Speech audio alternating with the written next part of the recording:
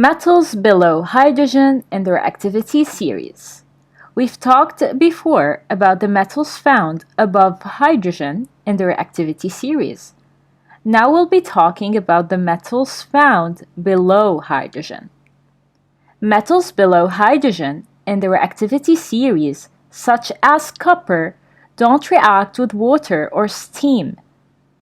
That is why copper can be used for both hot and cold water pipes.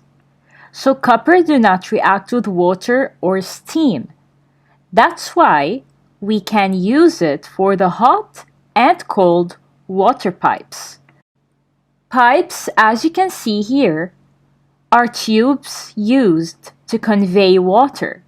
So these are pipes made of copper, which can tolerate the cold and hot water.